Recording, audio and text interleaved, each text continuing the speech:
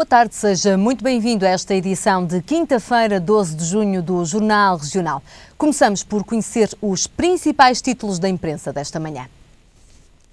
E começamos então com o Jornal de Notícias, que no seu cabeçalho traz aqui o Presidente da Câmara do Porto, numa associação que ele conhece bem, na Associação Comercial do Porto, com sede no Palácio da Bolsa, 150 notáveis do Porto com Rui Moreira, diz então o JN. Mais ao lado, 4 milhões de euros em ações sociais reforçadas no Centro Histórico da Invicta e ainda para o Porto é o Prémio da Fundação da Juventude com o martelo 3D que vence então o concurso de São João. Aqui temos o martelo concebido por uma aluna também aqui do Porto. Na manchete, vão apertar-nos o cinto em mais 6,7 mil milhões. Banco de Portugal faz as contas à austeridade até 2019,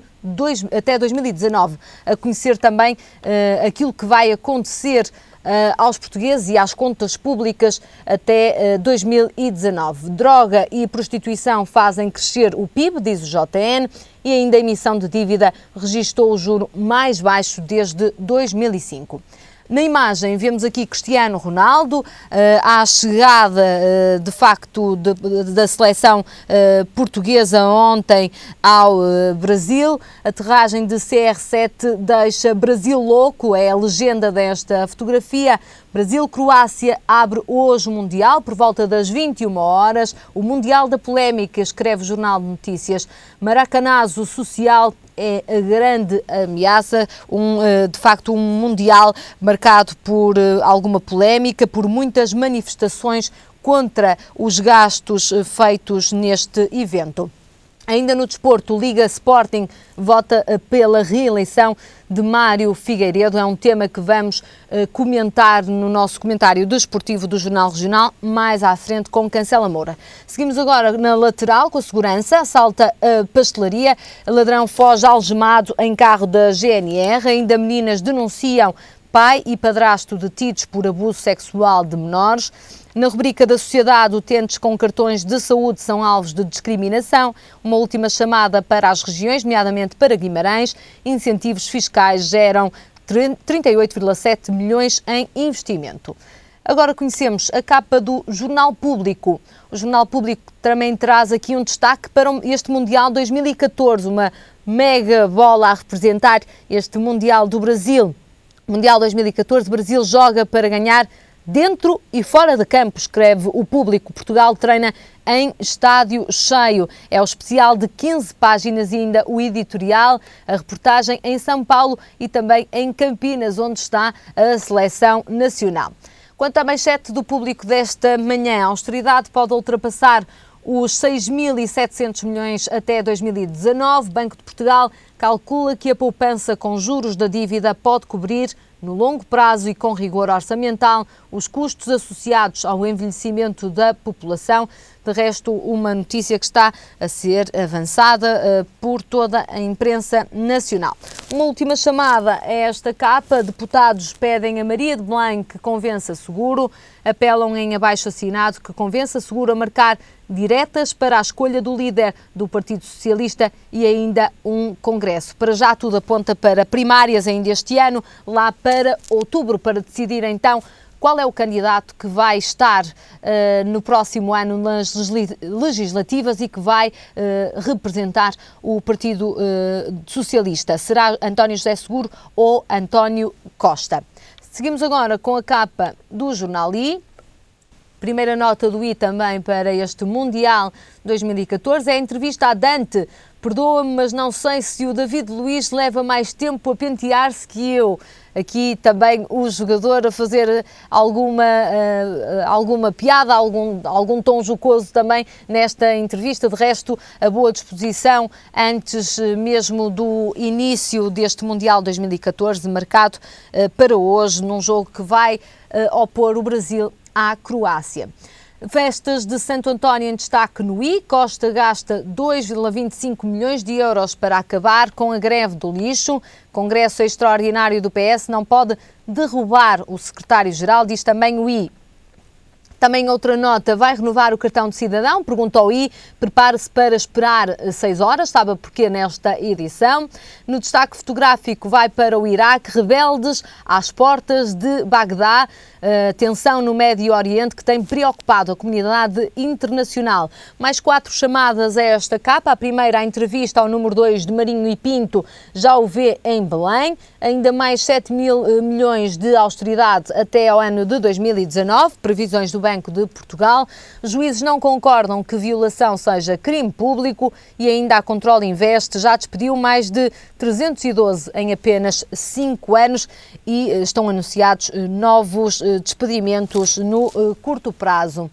Agora o Jornal de Negócios e vamos aos temas da economia, começando aqui pelo cabeçalho, onde as previsões do Banco de Portugal diz que salários e emprego voltam a subir este ano. Ao lado de fundos europeus, Bruxelas impõe que o Estado dê menos apoio às empresas. Quanto à manchete, BES a caminho de mudar de gestão. A nova estrutura acionista do BES reforça o cenário de uma gestão independente no banco. Ricardo Salgado afirma ao Negócios que o grupo tem capacidade para reagir. No destaque fotográfico, a entrevista a Pedro Almeida e a Leonor Pinhão. A taça é nossa para sempre. Veja então, descubra então esta entrevista na edição de hoje do Negócios. Uma reportagem, grito de golo e de revolta. O Mundial começa hoje no Brasil, diz o Negócios, que também atendeu a esta polémica gerada à volta do Mundial 2014. Ainda outras 2 chamadas a esta capa. A primeira para a ajuda externa. O Tesouro está preparado para compensar a última tranche da Troika e ainda o IGCP emitiu mais 30% de dívida do que o previsto. A última nota vai para a privatização. Ações da REN vendidas com desconto na OPV, na oferta pública, portanto, a oferta pública de 11% do Estado termina esta quinta-feira, dá conta a edição do Negócios desta manhã. Por último, vamos ao desporto com a capa do jogo. Primeiras notas para o Brasil 2014, Zico vai ser o melhor mundial de sempre, luta pelo título mais desejado, começa então hoje às 21 horas com o Brasil frente à Croácia. Ainda na seleção portuguesa, banho de carinho na chegada a Campinas e 12 mil esperados no treino de hoje, portanto a seleção com um treino cheio, com casa cheia. Portugal já está em casa, diz então o jogo. O destaque maior vai para o Futebol Clube do Porto, de dúvida no Dragão, a figura mundial. O outro, Herrera, dá conta então aqui o jogo. O selecionador confirma a titularidade e os mexicanos não poupam os elogios a este jogador. No Benfica, Valência dá 4 anos a Enzo Pérez, médio espera que os clubes cheguem a acordo ainda esta semana. E no Sporting avançado, não vê a hora de jogar em Alvalade, Monsalvo põe-se a caminho. Também ainda no Porto, a venda do Polvo dará tiro de partida para as grandes contratações. Fernando desbloqueia o mercado, dá conta então aqui o jogo. Uma nota ainda para a Liga, Figueiredo foi reeleito ontem, recebeu 10 votos num universo de 51 votos possíveis. E está feita então a ronda pelos principais destaques da imprensa desta manhã. Nós seguimos com o Jornal Regional. O Governo está a ponderar o alargamento do prazo do programa de ajustamento. A hipótese foi avançada na segunda-feira pela Ministra das Finanças e é justificada pelo chumbo de 3 normas do Orçamento de 2014 pelo Tribunal Constitucional. Mas o Executivo vai ter pouco tempo para decidir, afinal, o que quer fazer. Segundo avança hoje o Expresso, a zona euro quer que Portugal decida o quanto antes se vai optar pelo prolongamento do programa de assistência ou se abdica do último cheque da Troika. Fonte de Bruxelas afirmaram ao semanário que há uma reunião do Eurogrupo no dia 19 do corrente mês no Luxemburgo e que não querem que essa discussão seja feita na presença dos outros 18 países. Por isso, no máximo, Portugal terá uma semana para decidir o que vai fazer. Se o último cheque da Troika não for levantado, são cerca de 3 mil milhões de euros que o país recusa aos credores internacionais, mas que pode alcançar pela via da emissão de dívida, financiando-se nos mercados a um juro que, por agora, é mais baixo. Hoje comemora-se o Dia Mundial contra o Trabalho Infantil, adotado pela Organização Internacional do Trabalho em 2002. Em todo o mundo existem 250 milhões de crianças a trabalharem, segundo os dados da Organização Mundial do Trabalho. No dia 12 de junho, celebra-se o direito que todas as crianças têm de serem protegidas do trabalho. Deve ser entendido como toda a forma de trabalho exercido por crianças e adolescentes abaixo da idade mínima legal permitida para trabalhar, conforme a legislação de cada país.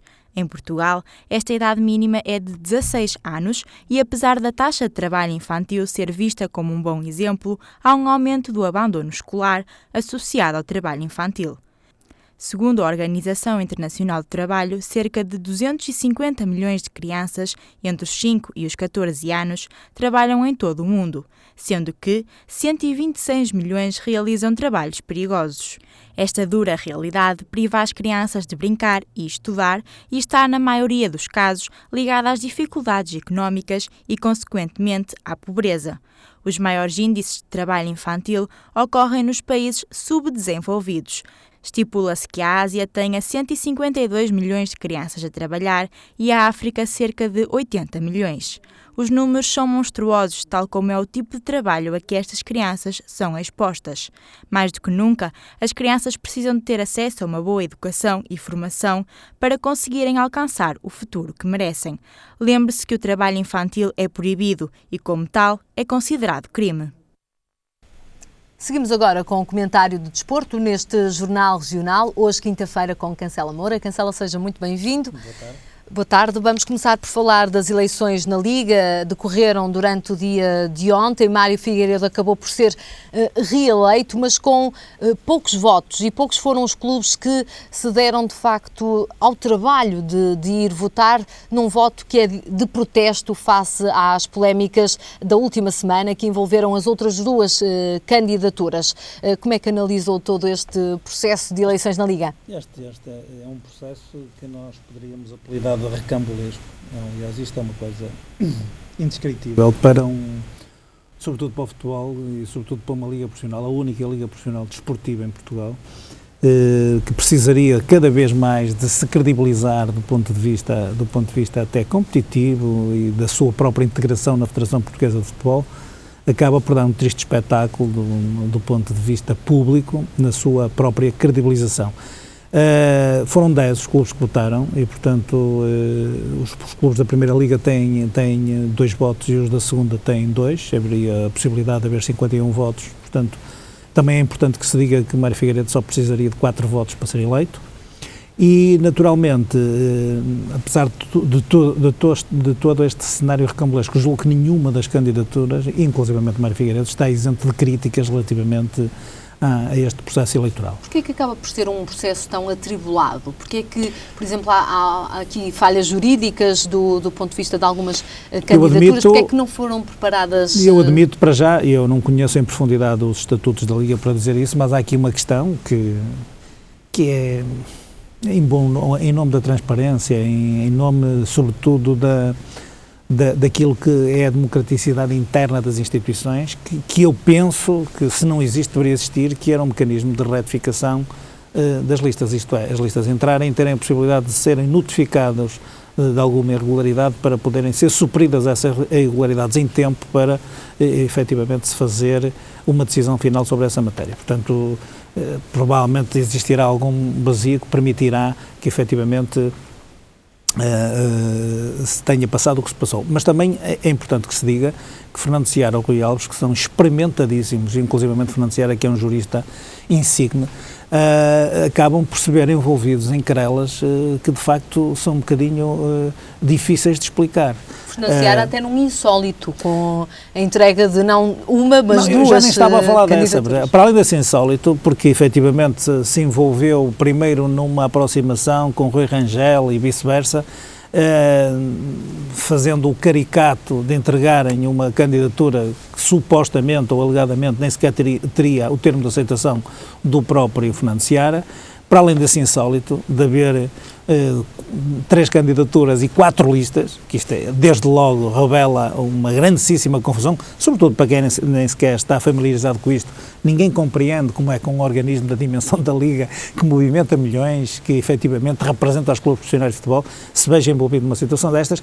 Eu dizia que, por exemplo, também os argumentos para excluírem uma outra lista foi o facto de não terem apresentado listas a todos os órgãos.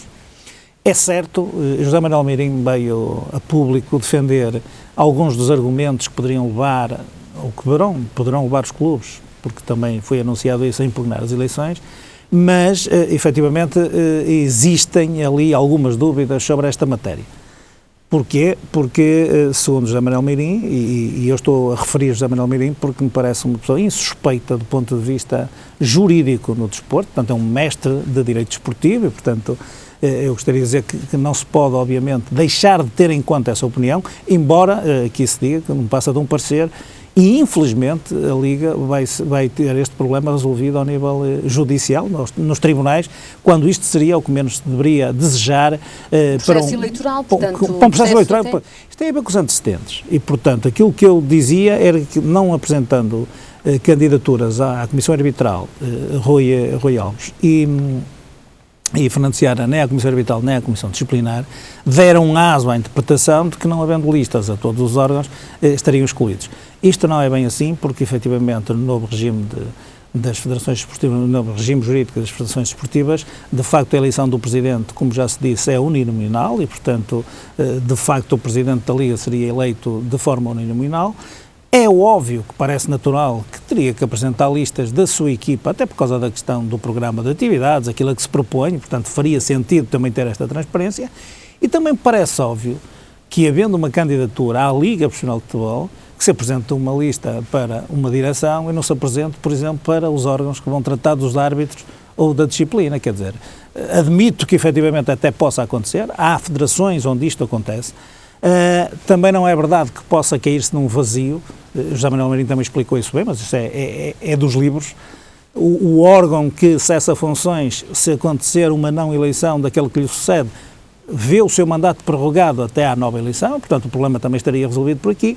E depois, da parte de Mário Figueiredo, existe também aqui alguma, eu diria, habilidade, mas no fundo eu acho que grande parte da habilidade no sentido de, por exemplo, as listas terem entrado numa sexta-feira ou numa quinta-feira e o comunicado ter saído na véspera de um feriado, antes da meia-noite, 5 minutos. Eu, portanto, admito que, efetivamente, haja aqui alguma razão de quem foi excluído de não ter tido a oportunidade de poder exercer o contraditório e provavelmente suprir as irregularidades. E por aí podem ser impugnadas estas eleições? Eu admito que neste momento quem foi excluído, repare, isto é uma situação absolutamente caricata. Este Presidente foi eleito contra a vontade da maioria dos clubes que representa. E já sofreu os tais, e nós já comentamos aqui, os golpes de Estado, quase, um golpe de Liga, já sofreu por 2 vezes esse golpe. Porquê é que Mário Figueiredo se arrisca novamente a passar por este tipo de situação? Eu acho que o Mário Figueiredo tem a ver um bocadinho com as convicções que ele próprio tem vindo ao público. Não podemos ser alheios que, por exemplo, quem pretende neste momento impugnar as eleições, no lote de quem impugna as eleições é o Futebol Clube Porto, quem votou no Presidente é o Sporting e agora veio ao público também o Benfica dizendo que obviamente apoiará o Presidente da Liga. Portanto, todas estas movimentações não são ingênuas e, obviamente, têm por trás movimentações de interesses dos próprios clubes. Agora, o que é caricato é que está eleito um Presidente, por razões de ordem processual, que eu volto a dizer, grande parte deveria ter sido acautelado por quem é candidato, mas está eleito um Presidente que não representa, ou contra a vontade, da maioria dos clubes que representa. Portanto, neste momento, haverá, indo também ao encontro do que me referiu, haverá com certeza matéria, nem que seja aquela que já veio a público ser apresentada quer pelos candidatos, quer pelo Dr. José Manuel Meirinho, no sentido de impugnarem as eleições. Ora, isto vai levar a uma espécie de eleição que vai ficar suspensa até decisão judicial. Como é óbvio, quando eu referi aos antecedentes, foram todos esses golpes para destituir o Presidente, a que Mário Figueiredo foi resistindo. Penso que uma parte dos interesses substanciais, e eu confesso que sou completamente desconhecedor da matéria, mas possam ter a ver com a hegemonia da Oliva dos Esportes e com os direitos de transmissões televisivas, que têm sido nesta área, que têm incidido muito das convicções de Mário Figueiredo, que efetivamente queria repartir e ser a própria Liga a repartir as receitas das transmissões televisivas.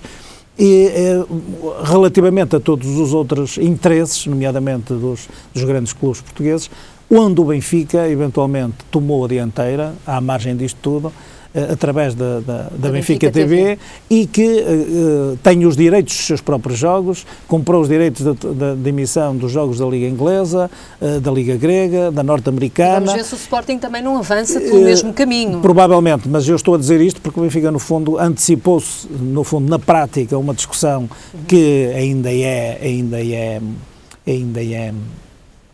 real e que é iminente relativamente àquilo que são os interesses dos próprios clubes. Vamos passar para o nosso segundo tema. Vamos falar sobre o Mundial, que começa hoje com o jogo Brasil-Croácia, logo mais, 21 horas, hora portuguesa. Um jogo e um início de Mundial ainda envolto em muita polémica. O Brasil, como dizia aqui, creio que era o público, joga dentro e fora de campo. Portanto, tem muita coisa a provar até ao seu país.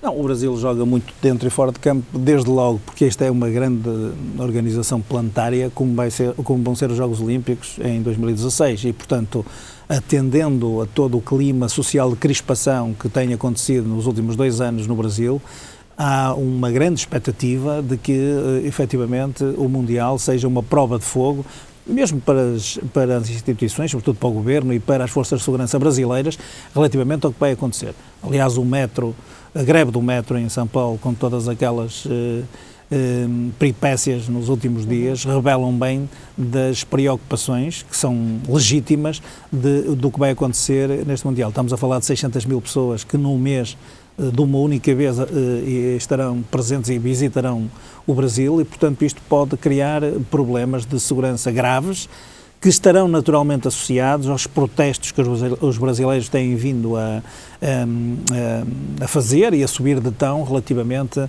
à falta de escolas, de hospitais, de cuidados primários de saúde. Já levou até Dilma Rousseff a vir explicar-se à televisão nacional? Penso que a Presidente brasileira, que obviamente chamando à colação e estando na defesa da sua dama, naturalmente, veio dizer que os milhões que se gastou nos estádios, obviamente, são muito inferiores aos milhões que se gastaram em saúde e em educação nos últimos anos.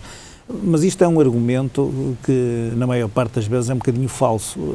Eu tive a oportunidade já de dizer aqui, aquilo que é importante é saber se a dimensão dos estádios e as infraestruturas e equipamentos que foram construídos, primeiro, se são absolutamente necessários, se efetivamente estão feitos à escala, à dimensão. Serão um retorno no futuro, e se terão um retorno do ponto de vista económico. Eu lembrei aqui também, e relembro, julgo que é oportuno, vemos que em Portugal, por causa de um Euro, que era uma competição à escala só da UEFA, e portanto só para a Europa, Portugal construiu estádios como o de Aveiro, como o do Algarve, como o de Leiria, como o de Coimbra, que naturalmente toda a gente concluirá agora que provavelmente não fariam falta nenhuma e que provavelmente teria sido preferível ter optado por soluções alternativas diferentes do que ter construído um estádio para fazer 2 ou 3 jogos por causa do Euro 2004. Portanto, no Brasil passar-se-á uma situação paralela e, portanto, o Brasil tem aqui uma forma de poder provar